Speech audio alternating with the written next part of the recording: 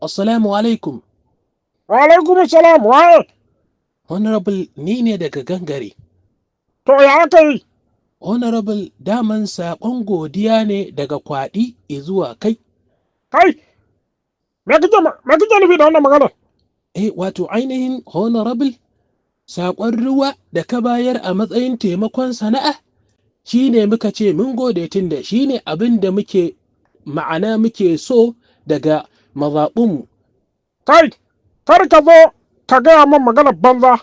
If you try to insult me, I will squeeze your face, squeeze your family, destroy your everything.